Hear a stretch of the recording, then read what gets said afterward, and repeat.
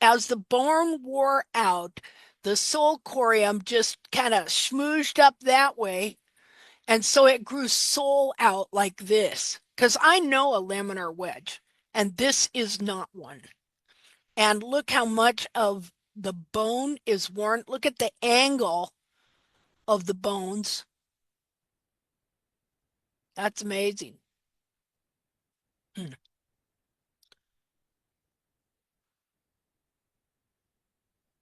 Yeah, fair use, just so you know.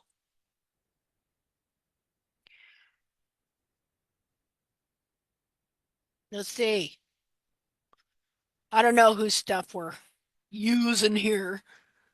Okay. Both of these are distorted. Oh, I think this is just a page off. When you look for images.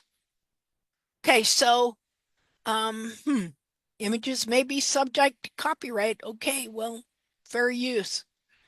Go barefoot horse. There we go. Okay, this is a deformed foot that they are using to teach anatomy with. Uh, Probably some horse that never really fully transitioned, that finally got old enough with bad feet to get put down and they could dissect the feet. Different shape again, digital cushion, different shape again, what's this? Horse hoof anatomy, labeled teaching chart, equine foot, anatomical plastinization, image print morphology. Okay. Okay, here's a drawing. See, like I said, it's not just real horse pictures. So, so in all of these, the only ones I've seen that are anatomically correct are ones like on my own horse where I took the hoof capsule off so I could put the anatomy back where it goes. And then the wild horse of what's his name? P. Ramey.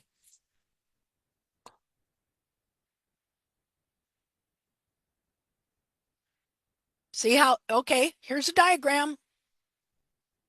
Here's a diagram. Digital cushion, digital cushion, digital cushion. Right there. Digital cushion. Different shape altogether. Again, look at how that one is pulled down. See, it's not supposed to be bent like that.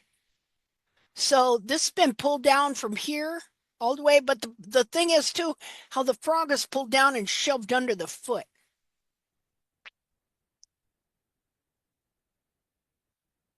Another deformed digital cushion, deformed digital cushion, deformed digital cushion, deformed digital cushion, and they don't even know it. And they want to charge you money to teach you and to share their stuff with you and all that. Oh, excuse me, you know, no thank you. I love this. All right. I love this one. Okay, this is a plastinized by Professor Von Horst. Uh, Now look at the digital cushion on that one. Now you know what that is right there? That's a piece of old frog. Old dead frog that as the whole back of the foot was being deformed and distorted and pulled under like that, and then it bent right there up into the foot. Well, that piece of frog remained up there, and then the periopal just grew over the whole thing.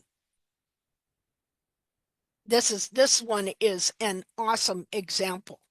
And yet, look, he's got a perfectly good coffin bone and dorsal wall connection and everything else. But look at the deformation of the back of the foot and that piece right there. How much that feel? First of all, this thing is not at all functioning like it's supposed to. So all this weight and everything is on this part of the foot continually. See, because what's supposed to happen when the digital cushion is right, and the pastern descends onto it, it pushes all that fat forward, and it it oh God, I'm looking for words. It makes it bigger. Like the piece that's right here, it would like kind of pressurize and implode it, make it bigger as the pastern's coming down. Um, so it actually makes the cushion part under here bigger because it takes all this fat back here and it pushes it forward. And plus, it puts it under pressure. It's the difference between if you have an inner tube, you blow up to a certain degree, and then you want it more firm, so you blow it up more. It's kind of like that. When the pastern descends back here and shoves, and of course, then this would have to, you know, it would be held in place by the frog stay, and then all that fat is pressurized because it's being compressed in a small space, and so it makes it even more buoyant, and for this bone to have more cushioning. It's like if you were to take that blue squeeze ball, Yeah, exactly. I got that it, right here too. Ha ha. if you squeeze it, you're going to force it underneath, but then it's going to retract again as soon as the pastern Yeah. bone goes Oh, up. that I see now. I've been using that squeeze ball to think about how they make the capsule smaller, and so it squeezes the anatomy up into a different shape. But what you just said would it now I can use it for a great example of how the digital cushion works. See, I can use it for You're both. welcome. You're welcome. Okay. So, yeah, and here's the thing. So all these little cartilages that Dr. Boker says these feet are supposed to have. What if they're not supposed to have that? See? What if that is from damage? You know? What if that's from damage and it's not just because here's what I did. Okay, so he's got a teaching on YouTube. And he's sitting there and he's showing pictures of digital cushions, and I'm seeing deformed digital cushions. But he's talking about a lot of them like that's normal and they're healthy. And he's talking about how he doesn't even like to use the word adipose. Okay. He'll use the word fat. He did use the word adipose once, but it was like he couldn't wait to brush past it. And see, it's just all becomes very interesting because uh, I've been criticized for calling it fat or calling it adipose tissue. They don't want to, I don't know why they don't want to say adipose tissue. They'll say fat. Okay. Well, I can tell you, I think one reason is because when you start looking up about adipose tissue, it's not supposed to have a whole bunch of fibrocartilage in it. Now, does it have certain kinds of fibers? But guess what? The fat pad in your foot is made out of the same stuff as the digital cushion, and that is adipose tissue. And so when we start getting footprint is when our digital cushion starts to atrophy. And what does it do when it starts to atrophy? Well, it can develop fibrosis or fibrocartilage. It's not supposed to be in the adipose tissue. So I thought that. So I saw, okay, so they're doing what Bracy Clark said. They are looking at deformed feet and they are making determinations and judgments and conclusions and teachings on the anatomy of the horse's foot from looking at distortions and damage. And they are looking at the damage and saying that's normal. That's the way it's supposed to be. And they know that it's something that develops after the horse is born, and so they know it's developed. They know that it develops in adipose tissue, even though they don't want to say that word. They know that the only way it develops in adipose tissue is from damage. And so then they teach, well, you must stimulate the digital cushion in order to make it grow and get them fibrocartilages in there so it's strong. Well, guess what? The fibrocartilage makes it stiff. You don't want a cushion to be stiff, do you?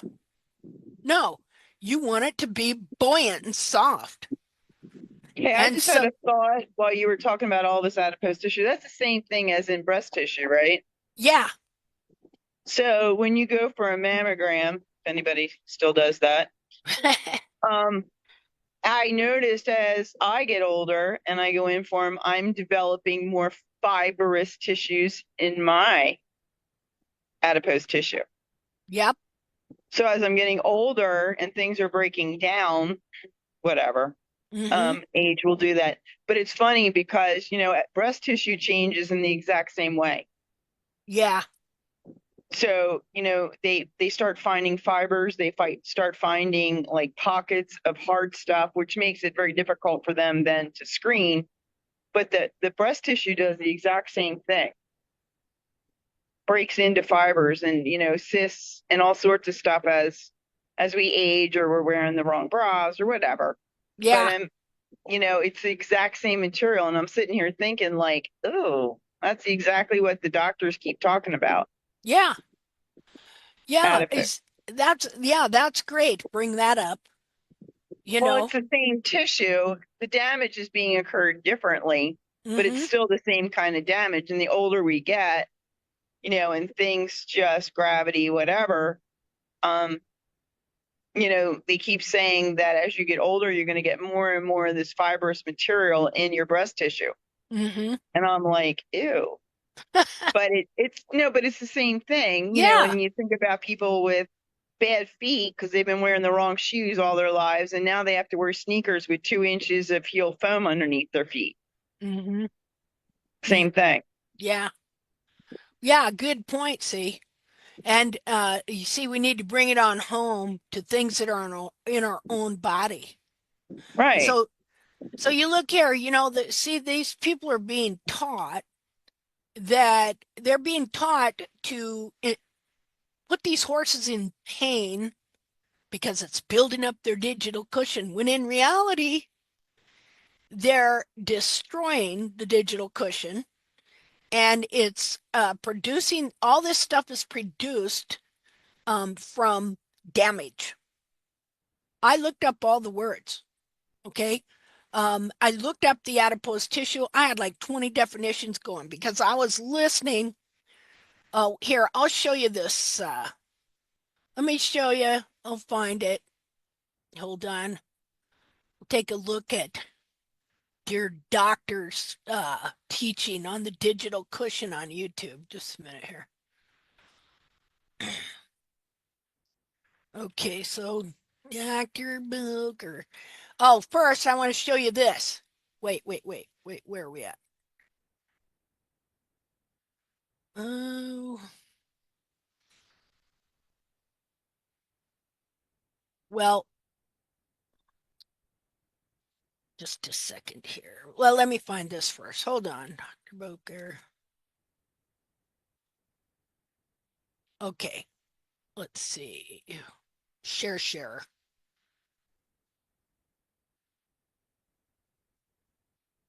Well, I got to.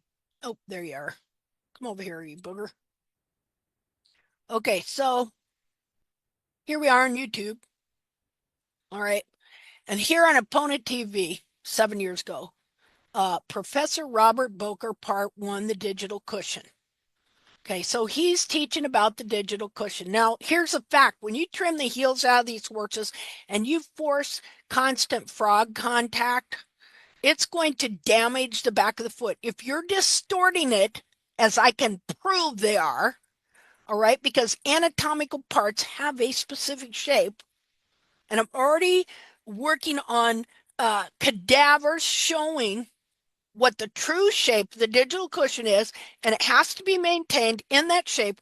And the only way it can maintain its shape is if with the correct configuration of the heels and frog.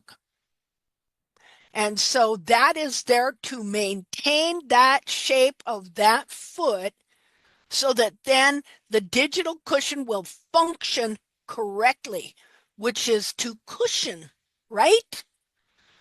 And so I'm getting a bigger and a bigger and a bigger picture of how all this works. At the same time, I'm also getting a bigger picture of how screwed up what they say is. What they say is truth is not truth. But this is what they have convinced people of. And so if you've been led to believe that a horse should walk on its frog and that this builds the foot up, then if the horse gets sore, and they have horses getting sore all the time, then how are you going to deal with that? Well, that's because he's building up his digital cushion. And they'll say things like, well, before the blood supply was cut off and his feet were numb and now I can feel his feet. I think it's all bull. I know it's all bull. See? And so it's institutionalized systemic animal torture and abuse for the sake of their own welfare. We're going to build their feet up. See? It's a pretty horrifying, ugly thing. Okay, so anyway, so it's this teaching here, and I'm going to show you some things about Dr. Boker here. Okay, so if we stop this, and if I could make it bigger, just a minute here, full screen. Okay, can you see the shape of that digital cushion he's looking at? Okay, he doesn't say anything about all the different shapes that you will see here.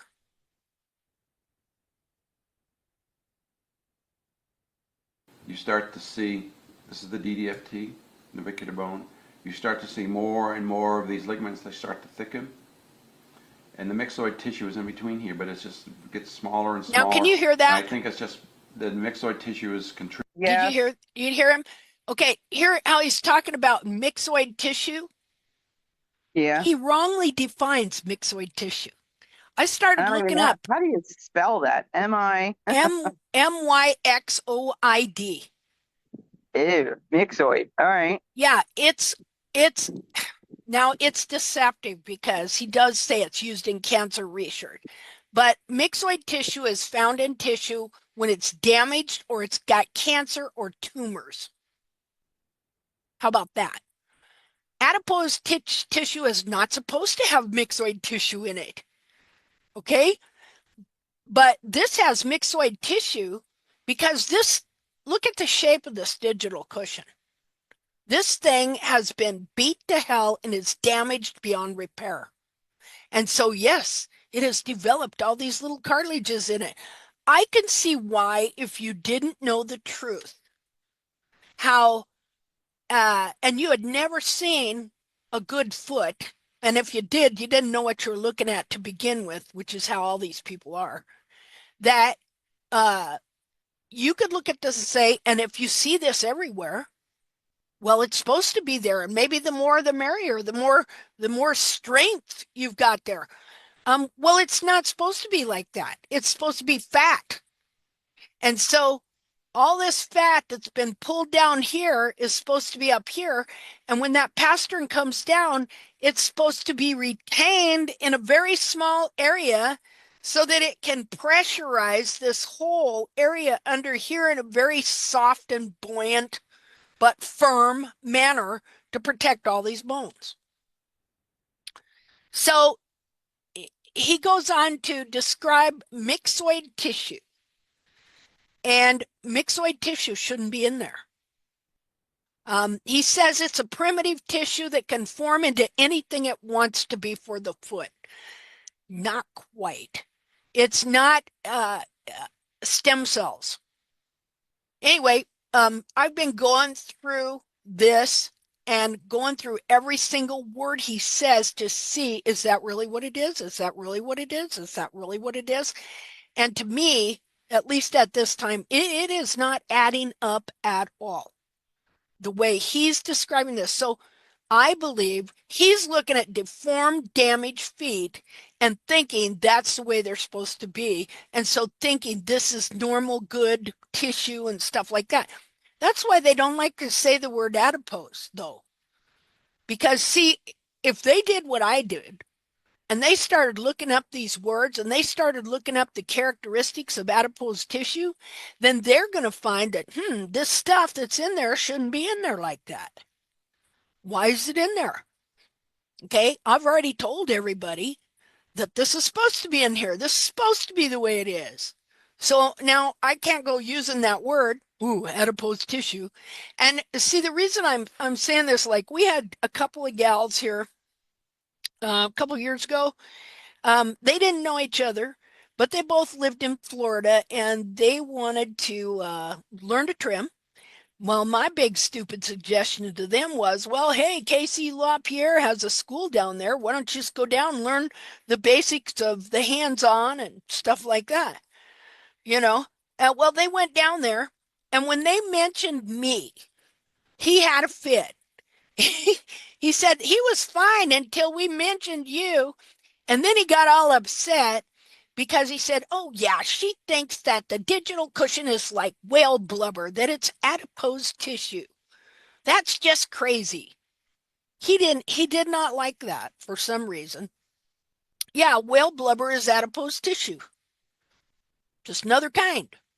So, this whole thing with them, why don't they want to say that word? Why don't they want to say what it is? Because then when you get to studying adipose tissue, you find out it shouldn't have all these little cartilage things in it like they're telling you, unless it's damaged. See? But what are they doing? They're mistrimming the horse that's causing the digital cushion to be damaged, which develops these fibrocartilages. That's what's going on. And now, of course, this is necessary for your horse to be in pain. He's in pain from the damage, not because you're building up the digital cushion.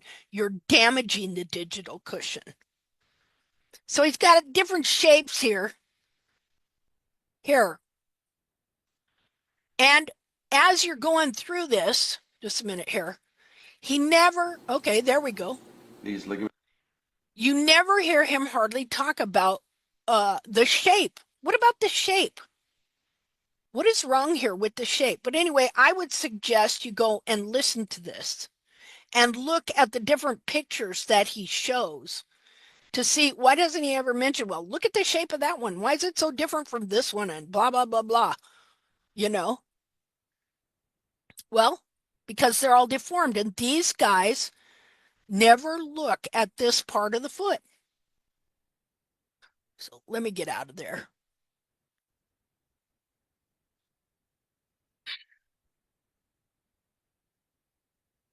Look, even over here. See, any of them you click on, you're going to find them with feet that have a different shape digital cushion. Let's see. Let's get him over here. Here. Okay, now look at the digital cushion in that one. Split in half. I don't even know. I think that's two different feet he's got there together. Maybe not. Sometimes they do that.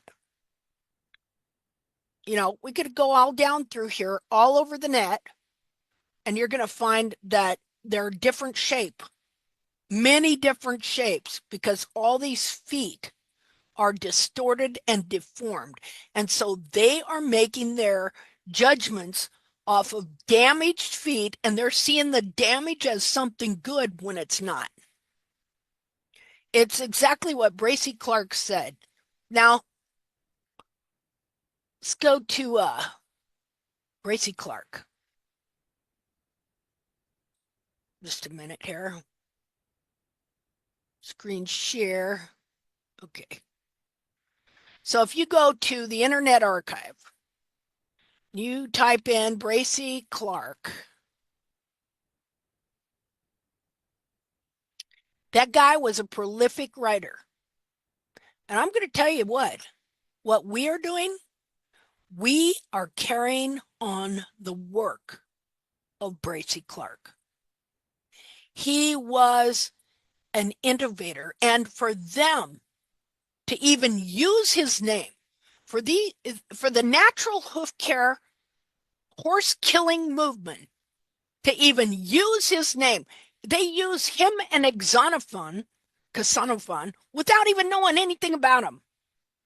Okay, um, as if like Bracy Clark, oh, he was against shoeing. No, he wasn't. He was against the way horses were being shod and then the way they were trimmed. And he was against frog pressure and low heels in the end. He was the exact opposite of what they want to take and claim his name to be. And then Xenophon, oh, well, Xenophon said you should put rocks around for him to run on. Yeah, no, Xenophon said they're, regarding their feet, they should be high in front and high behind, with the frog well off the ground. They don't quote that stuff. See? And yet they try and use these historical people to shore up their false teachings. And I'm talking about mostly the gurus and stuff like that. And anyway, so Bracy Clark he was a prolific writer. I mean, the guy was a super scholar. Now, Bracy Clark was one of the first of three vets to graduate from the, uh, let's see, RSVP, or no, respond very quickly, Royal School of Veterinary Surgeons, that was founded in like 1793. And uh, the thing about it is, before that, the veterinarians were the farriers.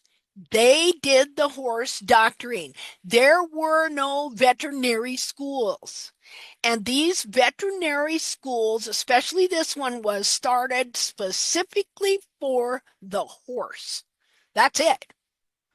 And so these veterinarians, horse doctors, also came out most of the time as shoers.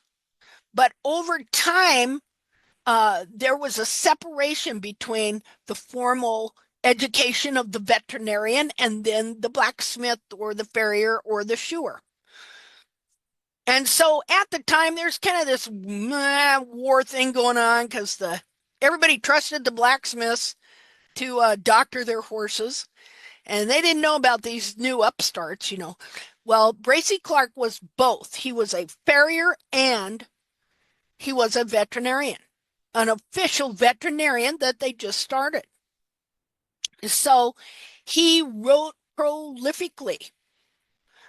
So he didn't just write this one big book, Hippodon